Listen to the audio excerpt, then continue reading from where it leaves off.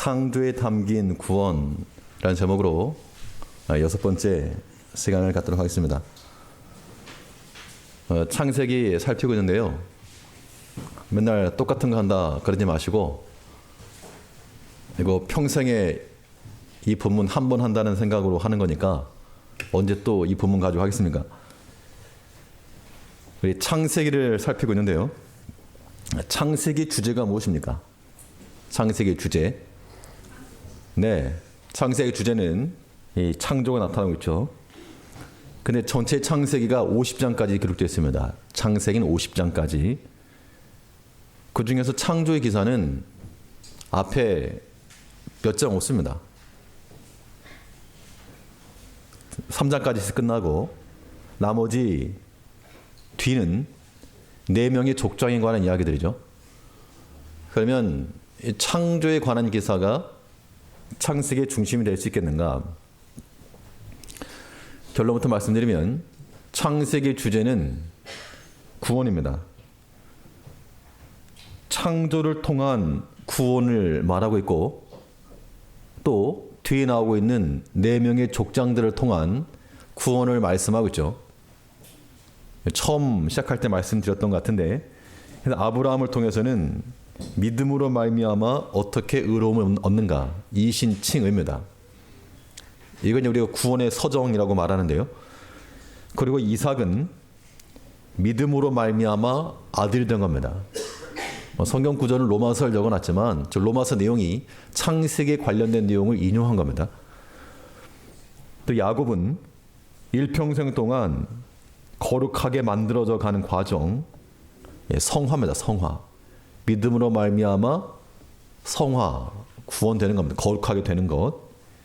그리고 요셉을 통해서는 마지막으로 말미암아 마지막 궁극적으로 얻을 영광, 구원의 영광을 보여주고 있다.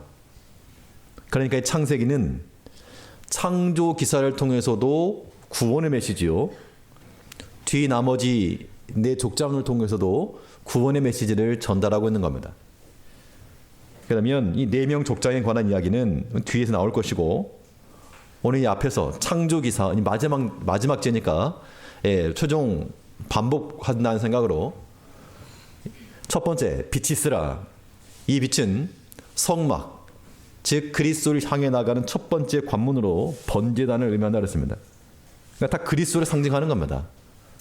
단지 어떻게 빛이 만들어졌냐, 우주 빅뱅 우주론을 말하는 게 아니고 예수 그리스도를 말하고 있는 겁니다.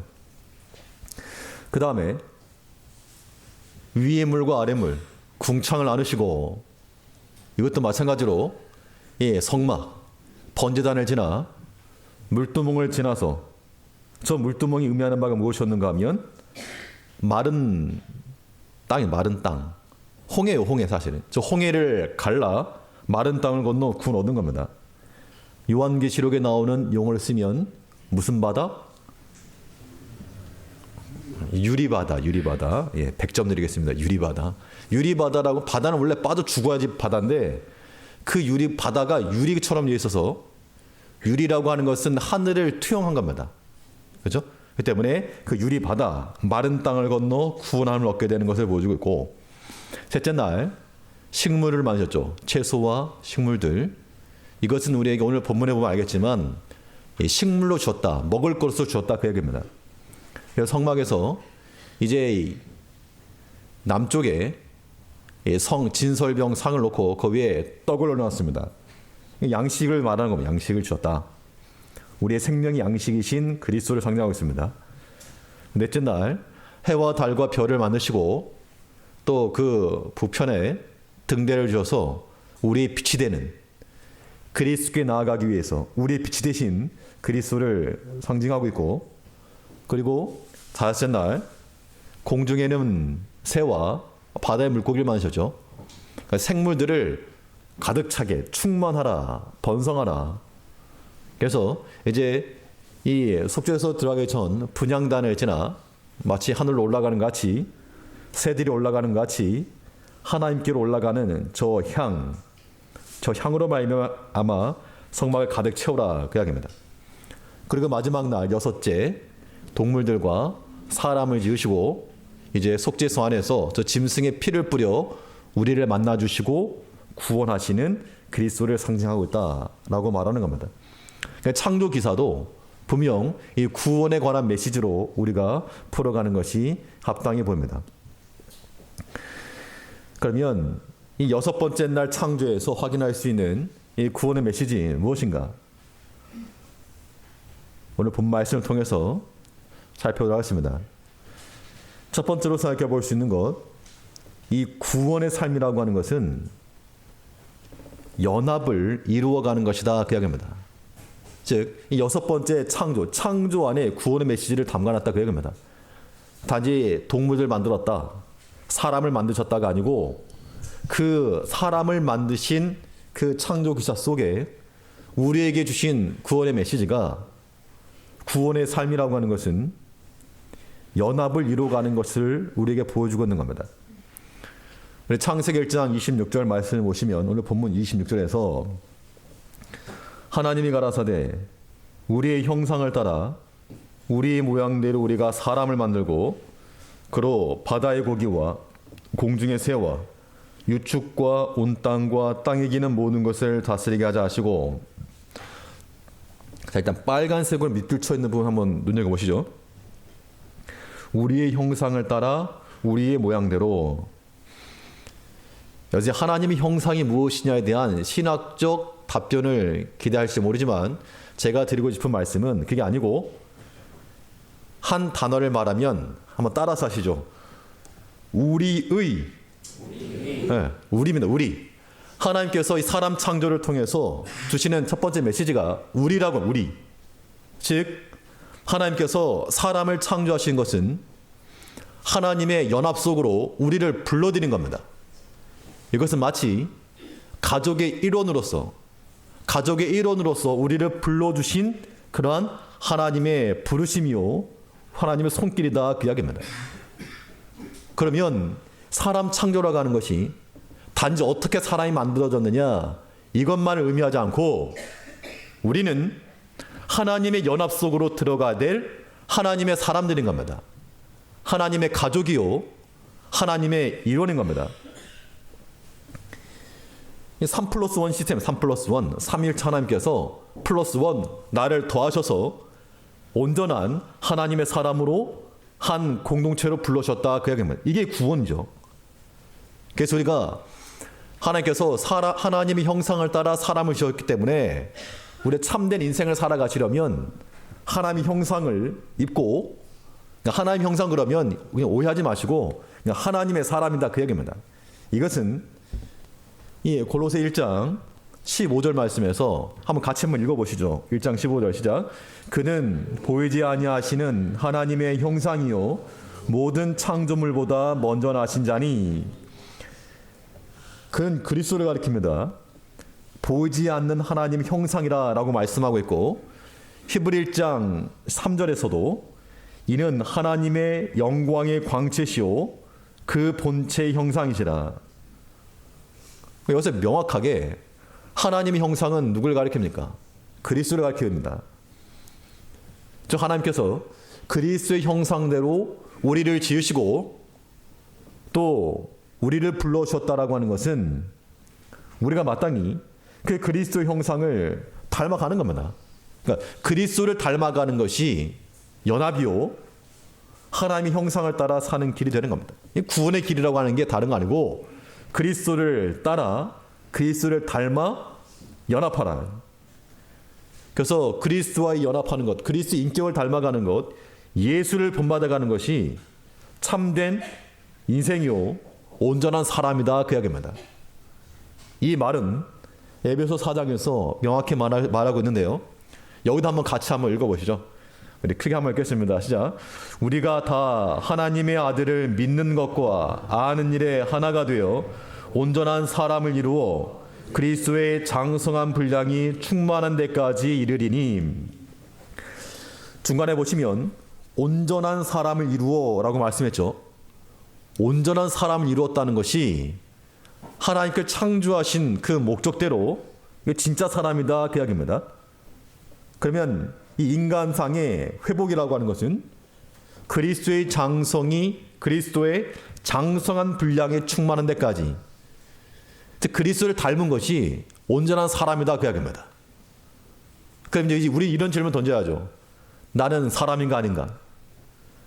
우리가 온전한 사람이라면 참된 정말 휴머니즘, 인간적 삶을 살아가시려면 우리가 누구를 닮아야 되는가?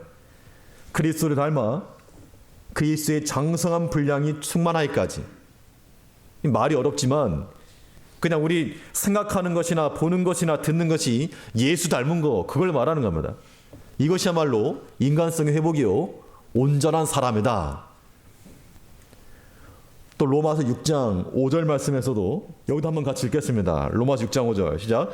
만일 우리가 그의 죽으심을 본받아 연합한 자가 되었으면 또한 그의 부활을 본받아 연합한 자가 되리라.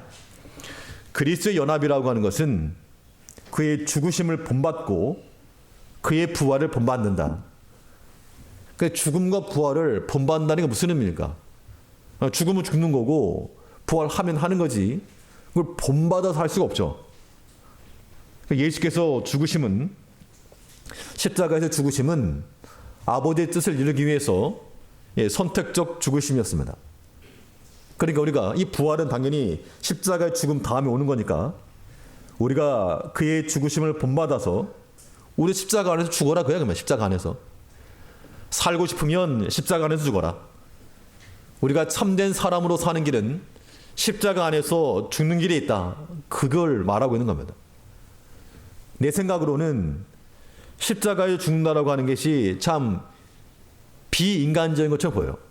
비인간적이라기보다도 참 인간적이지 못하다. 조금 바보 같다 그런 얘기 쉽게 말하면. 그러나 예수님께서도 어떻게 보면 바보 같은 거죠. 십자가의 죽으심으로 우리의 구원을 이루시고 우리로 하여금 닮아가게 만드신 겁니다. 이제 우리는 이 창조 기사를 통해서 하나님께서 사람을 만드실 때는 어디로 부르셨는가 하면 하나님의 연합 속으로 부른 겁니다.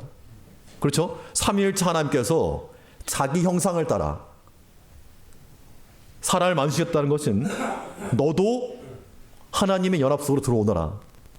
사람이 하나님이 될 수 없지만 그리스도로 인하여 하나님의 연합 속에 갈 수 있다는 겁니다. 그래서 3+1 물론 숫자적으로 3은 아니겠지만 삼위일체 하나님과 그리스도 안에 있는 우리가 연합이 되어 온전한 하나님 공동체를 만들어가는 것. 그러니까 우리 신앙인들이 그냥 하나님 입장에서 우리를 생각하시면 우리가 정말 우리를 귀하게 여겨야 됩니다. 사람이 귀하든 이런 것보다도 하나님 우리를 만드신 목적 자체가 하나님 백성의 일원으로 되겠다. 하나님의 일부로서 그 가족으로 우리를 불러주신 겁니다. 그래서 뭐 삼위일체가 아닌 뭐 사위일체 이러면 이단시가 붙겠지만 생각 의미상으로 보자면 우리를 그렇게 불러서 하나님과 연합시켰다. 요한복음 17장 21절에서는 한번 같이 읽겠습니다. 요한복음 17장 21절 시작. 아버지께서 내 안에 내가 아버지 안에 있는 것 같이 저희도 다 하나가 되어 우리 안에 있게 하사 세상으로 아버지께서 나를 보내신 것을 믿게 하옵소서. 아버지께서 내 안에 내가 아버지 안에 있는 것 같이 저희도 하나가 되어 성도들 간에 하나를 말하는 것만이 아니고 그렇게 해서 우리 안에 있게 하사. 하나님과 연합이죠. 그러니까 이게 조금 경건성은 떨어질지 모르지만 이겁니다. 하나님께서 우리를 향해서 들어와. 그 관계 속으로 들어와. 하나님의 그 경건함 속으로, 거룩함 속으로, 하나님의 그 연합 속으로 우리를 부르신다는 겁니다. 그 목적으로 하나님께서 사람을 창조하셨으므로 우리가 온전한 바른 삶을 살아가려면 하나님과의 연합, 그리스도와의 연합 뿐만 아니라 덧붙여서 하나님께서 우리를 함께 부르셨으므로 성도 간의 연합, 이것이야말로 바른 삶을 사는 겁니다. 사람답게 사는 길이 여기 있다는 겁니다. 그리스도 인격을 닮아가는 것은 하나님과 연합이요, 또 그리스도 인격을 닮아가는 것이 형제들과 연합도 가능케 만드는 겁니다. 누구 중심으로? 딱 이 그리스도 중심으로 만날 때 이 믿음의 공동체가 살아가는 겁니다. 그래서 you 플러스 원, you 투부도 아니고 you 플러스 원, 너 그리고 나, 이 연합인 거죠. 빌립보 2장 2절 말씀에서는 마음을 같이하여 같은 사랑을 가지고 뜻을 합하며 한 마음을 품어. 그러니까 이러한 연합이라고 하는 것도 뭐 사람 좋아서 내가 참는다, 그냥 내가 꾹 참는다, 그걸로 안 된다는 겁니다. 꾹 참아봐야 그거, 예전에 이런 표현을 예전 목사님 하셨는데 요즘은 그렇지 않지만 예전에 왜 설거지 같은 거 하려면 큰 다라에다가 넣고 물로 헹구지 않습니까? 그러면 음식물들이 밑에 가라앉아 있으니까 위에는 깨끗한데 한번 젓가락 휘 저으면 밑에 있는 거 다 올라온다고. 생선대가리도 올라오고 콩나물도 올라오고. 내가 꾹 참아주고는 절대 안 되는 겁니다. 물론 그럼 우리 인내가 필요하지만 우리가 십자가 안에서 그리스도 안에서 연합이 이루어지지 않으면 꾹 참다고 해서 나중에 터지는데 뭐 나중에. 우리가 참된 사람답게 사시려면 하나님의 관계 속에 들어가서 마치 우리가 사위일체를 이룬다라고 하는 그런 담대한 마음을 가지고 하나님과 연합을 이룰 것이요, 또 그 마음을 가지고 형제들과도 연합입니다. 이건 마치 저 퍼즐 조각인데요. 저 퍼즐 조각이 같이 사람처럼 생기지 않았습니까? 머리, 팔 이렇게 하나가 비었습니다. 하나. 퍼즐 쪽 하나가 비었는데 저 빠진 조각이 바로 납니다. 나만 들어가면 나만 저 자리에 폭 들어가면 딱인데 이 폭을 안 해가지고 딱이 안 되는 겁니다. 구원의 삶이라고 하는 것은 하나님께서 우리를 부르실 때 하나님 형상대로 하나님의 가족으로 불렀습니다. 그래서 이 전체 속에 녹아든 소금이 맛을 내는 것 같이 또 전체 속에 녹아든 우리 자신이 전체를 풍요롭게 하고 또 우리가 사는 길이 거기 있다는 겁니다. 하나님께서 사람을 만드실 때 단지 사람을 만드셨다가 아니고 그 사람을 우리의 형상대로, 누구의? 우리의 형상대로. 여기서 우리라고 하는 것을 이것도 신학적으로는 장황하지만 그냥 삼위일체 하나님이라고 보시면 되겠습니다. 삼위일체 하나님께서 자신의 형상을 따라 나의 관계 속에 있는 내 사랑하는 자녀와 같이 우리를 불러오신 겁니다. 이제 우리는 그리스도와 연합을 통해 하나님과 한 팀을 이루고 또 형제들과도 한 팀을 이루고 하나를 이루어서 한 마음을 이루어서 참으로 하나님이 창조하신 대로 창조의 목적을 따라 참으로 인간다운 하나님이 만드신 그 사람의 본분을 가지고 살아가는 이 연합을 이루며 살아가는 우리 성도님들 되시기 바라겠습니다. 두 번째로 생각해 볼 수 있는 것은 이 6번째 날 창조에서부터 확인할 수 있는 구원의 메시지니, 이 구원의 삶이라고 하는 것은 영적 권세로 살아간다는 겁니다. 영적 권세로 살아가는 것. 하나님께서 사람을 만드시고 어떤 명령을 주셨는가 하면 다스리라. 자, 한번 따라서 하시죠. 다스리라. 네, 다스리라. 하나님의 창조와 구원의 목적은 우리로 하여금 다스리는 데 있습니다. 다스리는 거. 다스리는 걸 다른 말로 말하면 통치죠. 통치. 그래서 26절에 있는 것처럼 하나님께서 우리 형상을 따라 우리의 모양대로 우리가 사람을 만들고 그로 바다의 고기와 공중의 새와 육축과 온 땅과 땅에 기는 모든 것을 다스리게 하자 하시고 또 28절에서는 우리 28절 말씀 한번 같이 읽으시죠. 이거는 다른 사람에게 하신 말씀이 아니고 우리에게 하신 말씀을 생각하셔야 됩니다. 28절 읽겠습니다. 시작. 하나님이 그들에게 복을 주시며 그들에게 이르시되 생육하고 번성하여 땅에 충만하라. 땅을 정복하라. 바다의 고기와 공중의 새와 땅이 움직이는 모든 생물을 다스리라 하시니라. 여기서는 하나님께 창조하신 피조물들, 그 동물들을 다스리라고 말했지만 이제 우리가 다스려야 될 것은 무엇인가 하면 여기서 확장이 되어서 이 세상에는 모든 피조 세계와 우리의 모든 영적인 문제까지라도 우리는 다스려 가야 됩니다. 하나님의 통치입니다. 하나님께서 하나님의 사람을 만드시고 너희가 다스리라, 통치해라. 통치라고 하는 것은 이 주권자의 입장에서 하는 것인데 우리가 마치 어떤 형태가 되었는가 하면 다 발목에 쇠사슬을 메고 종이 되어가지고 도리어 다스림을 받고 있다는 겁니다. 시간의 다스림 받고 있고 돈의 다스림 받고 있고 사람에게 다스림 받고 있고. 다스린다라고 하는 게 무슨 군주와 같은 그런 건 아니지만 하나님께서 우리에게 명하신 것은 이 아담이 다스리지 못해서 어떻게 했습니까? 죄를 범했죠. 그럼 그 반대로 생각하면 됩니다. 우리가 다스려야 될 것이 무엇인가? 우리는 무엇보다도 창조 질서를 따라 하나님께서 세워나가신 그 질서를 세워나가는 것이고 그 역행하는 것이 바로 죄입니다. 죄. 그러니까 마땅히 우리 사람은 이 죄를 다스리고 죄를 벗어버리기 힘을 써야 됩니다. 창세기 1장 4장 7절 말씀 보시면 창세기 4장 7절도 같이 읽어보겠습니다. 시작. 내가 선을 행하면 어찌 낯을 들지 못하겠느냐. 선을 행치 아니하면 죄가 문에 엎드리느니라. 새 소원은 내게 있으나 너는 죄를 다스릴지니라. 하나님께서 사람을 만드시고 생물을 다스려라. 그 생물이 호랑이 다스리고 사자 다스리는 것만이 아니고 이제는 죄의 소원은 내게 있으나 너는 그 죄를 다스릴지니라. 이 다스리고 통치하는 것이 우리의 구원을 이루어나가는 구원의 삶이라고 하는 겁니다. 같은 맥락에서 히브리서 12장에서는 이렇게 말씀하고 있죠. 읽습니다. 같이 읽습니다. 이러므로 우리에게 구름같이 둘러싼 허다한 증인들이 있으니 모든 무거운 것과 얽매이기 쉬운 죄를 벗어버리고 인내로써 우리 앞에 당한 경주를 경주하며. 무거운 것, 아까 있는 것처럼 발목에 다 그냥 무거운 것 하나씩 달려있죠. 또 매이기 쉬운 죄를 벗어버리고 다스리라. 다스리라.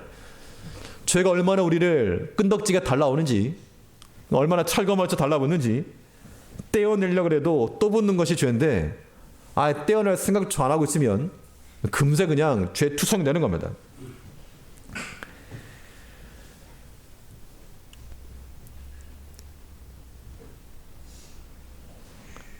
잠 깨셨죠?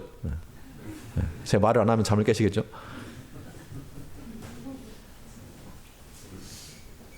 하나님께서 사람을 창조하시고 사람이 하신 말씀이 다스려라, 지배해라. 물론 우리가 사람을 사랑을 해야 되겠지만 그 의미 면에서 우리가 다스려 나가는 겁니다. 뭐 미워하는 마음 다스려 나가라 그런 얘기죠. 시기가 일어난다, 그거 다스려 가라 그런 얘기입니다. 다스리지 못하면 종이 되고 마는 겁니다. 그러면 이 다스림에 있어서 중요한 것은 무엇인가 하면 권세입니다. 권세, 권위죠, 권위. 뭐 왕으로 세워놨어도 왕을 아주 그냥 헛수아비로 알면 영이 서지 않을 것인데 이 권세가 있으면, 권위가 있으면 뭐 어린 아이에게서라도 권위가 있으면 영이 서는 겁니다. 그럼 영적 권세라고 하는 것이 어디서 나오겠는가? 우리가 신앙인들이 이 다스림을 온전히 잘 감당하시려면 어떤 무엇에서부터 우리 권위가 나오겠는가? 그것은 다름 아닌 우리 신앙과 삶의 일치에서부터 하는 겁니다. 여기에서 권세가 생기는 거예요. 예수님께서 귀신들 내어 쫓으시고 또 백성들을 가르치실 때 백성들이 했던 말이 있습니다. 마가복음 1장 22절에서 이런 말씀이 있어요. 무사람이 그의 교훈에 놀라니 이는 그 가르치시는 것이 권세 있는 자와 같고 서기관들과 같지 아니함일러라. 성경 내용은 똑같았을 겁니다. 뭐 율법 내용은 똑같았겠죠. 그러나 예수님의 가르치심에 있어서 권세가 있었다, 서기관들은 그렇지 못했다, 그 말인 즉슨 뭐 해석이 특별했다라기보다도 예수님께서는 그 율법의 말씀을 자신의 삶에 일치시키면서 말씀대로 사시고 말씀대로 가르쳤기 때문에 거기서 권세가 나온 겁니다. 그러니까 아무리 목회자라 그래도 뭐 말씀대로 똑바로 사세요 해놓고 본인이 그렇게 행동하지 않으면 권세가 안 서겠죠. 영이 안 서는 겁니다. 다른 분도 마찬가지입니다. 우리가 누구를 권면한다 하지만 그 권면하는 사람이 말씀대로 살지 않으면 이거 영이 안 서는 겁니다. 권위가 떨어지는 거죠. 그렇기 때문에 우리 영적인 권세로서 이 권세를 가지고 우리는 자기 자신을 먼저 쳐야 됩니다. 쳐라요. 쳐라. 누구를 먼저 쳐야 되는가? 자기 자신을 치네. 자기 자신을. 디도서 1장 9절에서 밑본 말씀의 가르침을 그대로 지켜야 하리니 이는 능히 바른 교훈으로 권면하고 거스려 말하는 자들을 책망하게 하려 합니다. 사랑으로 권면하고 책망하는 것도 어떤 사람이 가능한가 하면 그 말씀을 가르침대로 그대로 지키는 사람이 권면하고 책망할 때 받아들이는 것이지, 저는 못하면서 하라 그러면 그게 말이 먹히겠는가, 그 얘기입니다. 잉크방울을 떨어뜨리게 되면 점점 퍼지는데 떨어진 지점에서부터 시작합니다. 떨어진 지점에서부터. 우리가 하나님의 말씀을 가지고 내 자신이 먼저 나를 지키고 그 말씀을 온전히 순종해 나아갈 때 그게 이제 영적인 권세인 거죠. 그 권위가 자기 자신에게서부터 퍼져나간다는 겁니다. 이게 구원을 이루어가는 것이죠. 하나님께서 사람을 만드시고 주신 명령이 무엇입니까? 뭐 하라? 너희는 이것들을 뭐 하라? 다스려라, 다스려라.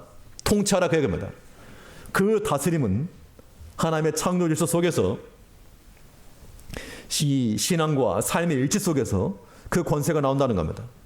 이제 우리는 우리 자신을 다스리고 또 죄도 다스리고 어딜 기어들어오느냐, 이게 막아내야죠. 그렇게 해서 우리 구원의 삶을 이뤄나가는 우리가 되어야 됩니다. 셋째로, 이 여섯째 날 창조에서 확인할 수 있는 구원의 메시지가 무엇인가? 이 구원의 삶이라고 하는 것은 생명을 이어나가는 것이다. 그 생명 이어나가는 것.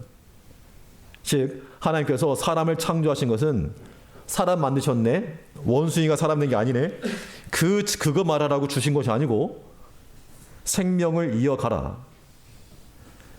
생명은 오직 생명으로만 대신할 수 있는 원리를 우리에게 가르쳐줬습니다. 하나님께서 사람에게 먹을 걸 주실 때 아무거나 먹어라 하지 않으시고 특정한 것만 먹어라 라고 말씀하시죠. 1장 29절에 보니까 하나님이 가라사대 내가 온 지면에 씨 맺는 모든 채소와 씨 가진 열매 맺는 모든 나무를 너희에게 주노니 너희 식물이 되리라. 특징이 무엇이죠? 어떤 거지? 씨입니다. 씨. 씨를 맺는 채소, 또 씨를 가진 열매. 그러니까 아무런 풀 그냥 뜯어먹지 말고, 만약 그냥 풀 먹으라 그랬으면 토끼하고 싸웠을 겁니다. 어디 내 영역 들어오느냐. 근데 하나님께서는 그 풀은 토끼 주셨고 우리 사람에게는 씨 가진 채소와 씨 맺는, 씨 가진 열매 맺는 나무를 주신 겁니다. 그냥 과일의 목록이 중요한 게 아니고 여기서 특징은 그 씨예죠. 씨에서부터 열매가 자라는 거니까 우리에게 주는 교훈의 메시지는 너희가 열매 맺는 백성이 되라. 생명을 취하여 생명을 맺어라, 그 말씀을 하고 있는 겁니다. 골로새 1장 6절 말씀을 보니까 골로새 1장 6절 말씀은 같이 읽겠습니다. 시작. 이 복음이 이미 너희에게 이르매 너희가 듣고 참으로 하나님의 은혜를 깨달은 날부터 너희 중에서와 같이 또한 온 천하에서도 열매를 맺어 자라는도다. 신앙인의 삶이라고 하는 것이 하나님께서 사람을 만드시고 이제 재창조죠. 구원함을 입은 새 사람도 열매를 맺어, 생명의 열매를 맺어 나가는 겁니다. 자라서 열매 맺는 게 아니고 열매를 맺어 자란다. 어떻게 보면 역순이죠. 열매를 맺는 백성이 되어야 됩니다. 또 그 나라는 열매 맺는 백성이 받는다고 말씀하고 있습니다. 마태복음 21장 43절에서 같이 읽습니다. 그러므로 내가 너희에게 이르노니 하나님의 나라를 너희는 빼앗기고 그 나라에 열매 맺는 백성이 받으리라. 하나님 백성이라고 자랑하지 말아라. 너희가 받는 게 아니고 그 나라에 열매 맺는 백성이 받는다. 내 신앙의 연조가 몇십 년이라고 자랑하지 말고 비록 초신자일지라도 열매 맺는 백성이 받는다는 겁니다. 하나님께서 사람을 지으시고 씨 가진 채소와 씨 가진 열매를 맺은 생명을 먹고 생명을 열매를 맺어라. 이 명령을 우리에게 주신 것만큼 이제 우리도 마찬가지로 열매 맺는 백성 되고 열매를 맺어 자라가야 됩니다. 그러려면 열매를 맺으려면 당연히 씨를 먼저 뿌려야 되겠죠. 살리는 선택에 살리는 선택. 살리는 것을 택하여 나가는 것이 열매를 맺히는 길입니다. 요한복음 6장 63절에서 예수님께서 하신 말씀이 살리는 것은 영이라 라고 말씀하셨고, 그러니까 살고 싶으면 생명을 원하면 영을 따라 행하라. 또 성령 열매를 말씀하시면서도 성령이 9가지 열매를 말씀했지만 중요한 것은 우리가 성령으로 살면 성령을 행할지니, 성령으로 심어 성령의 열매를 거두는 원리를 말씀하고 있다는 겁니다. 하나님께서 이 사람을 창조하시면서 여기 사람이 있다, 진화론이 아닌 창조론이다, 그걸 증거하려고 사람 만드신 게 아니고 그 안에다가 내가 우리 형상을 따라 하나님의 일원으로서 하나님과 연합할 수 있는 그런 특권을 줬다. 그러니까 하나님과 연합 속으로 들어가야죠. 또 하나님께서 우리 사람을 만드시고 다스려라. 우리 구원을 이루기 위해서 우리의 상황을 다스리고 환경을 다스리고 육체를 다스리고 죄와 우리 마음까지라도 다스려가는 이 영적 권세가 우리 가운데 필요하며, 또 생명의 그 식물로서 우리가 생명을 먹고 또한 열매를 맺어 그 나라의 백성이 받는 그 나라의 백성이 받는 열매를 맺혀 나가며 그 열매를 맺어 자라가는 이런 삶을 우리가 살아가야 된다는 겁니다. 이것이 진짜 사람, 이거 하나면 가짜 사람. 한 주간 동안 하나님께서 우리를 창조하신 이 비밀 속에서 하나님의 일원으로서 삼위일체라는 그런 담대한 마음을 가지고 하나님과 연합을 이루기 위해서 모든 걸 다스려가며 하나님 앞에 기꺼이 나오도록 그 권위를 가지고 살아가는 이 한 주간 되시기를 바라겠습니다. 기도하시겠습니다. 우리를 사랑하신 아버지 하나님,